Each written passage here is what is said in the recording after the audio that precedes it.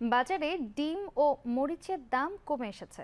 বাড়তির দিকে আছে সবজি, পেঁয়াজ ও মুরগির দর। তবে বেশিরভাগ পণ্য আগের দামেই বিক্রি হচ্ছে। শাহেদ জাহিদের প্রতিবেদন। পেঁয়াজ নিয়ে অনেকটা সময় ধরেই স্বস্তিতে ছিলেন ক্রেতা সাধারণ। গত কোরবানি ঈদেও পেঁয়াজের দাম ছিল স্থিতিশীল, কিন্তু 50 থেকে 60 টাকায় স্থির পেঁয়াজ হঠাৎ করেই বাড়তি ধারায় 2-3 দিন ধরে।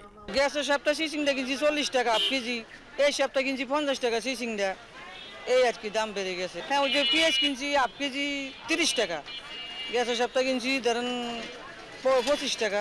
বেড়েছে ব্রয়লার মুরগির দাম। সপ্তাহের ব্যবধানে কেজি প্রতি 10 থেকে 20 টাকা বেশিতে বিক্রি হচ্ছে ব্রয়লার মুরগি। বিক্রেতারা বলছেন সরবরাহ কিছুটা কম থাকায় বেড়েছে দাম।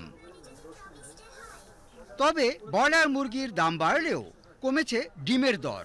গেল সপ্তাহে বেড়ে যাওয়া ব্রয়লার মুরগির ডজন প্রতি ডিমের দাম 5 থেকে 10 টাকা কমে বিক্রি হচ্ছে 120 থেকে 125 টাকায়। অন্যদিকে এখনও বেশি দামেই বিক্রি হচ্ছে কাঁচামরিচ। এদিকে টানা বৃষ্টির প্রভাবে সবজির সরবরাহ পরিস্থিতি স্বাভাবিক না হওয়ায় অনেক সবজি এখনও বাড়তি দরেই বিক্রি হচ্ছে।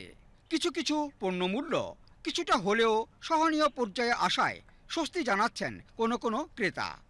আগের মতো বলতে না, কিছু তো বাড়ছে, মানে অতটা না, তো সবসময় সবজি ওটা হাতের নাগালে না। এবছর সংকট নাই, এবছর একবার ফ্রি, সবকিছু মোটামুটি পাওয়া যায়, যা চাহিদা আছে সবকিছু পাওয়া যাইতেছে।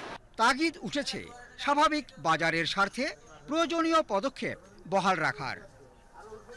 Shahed Zahidi, BTV news, Dhaka.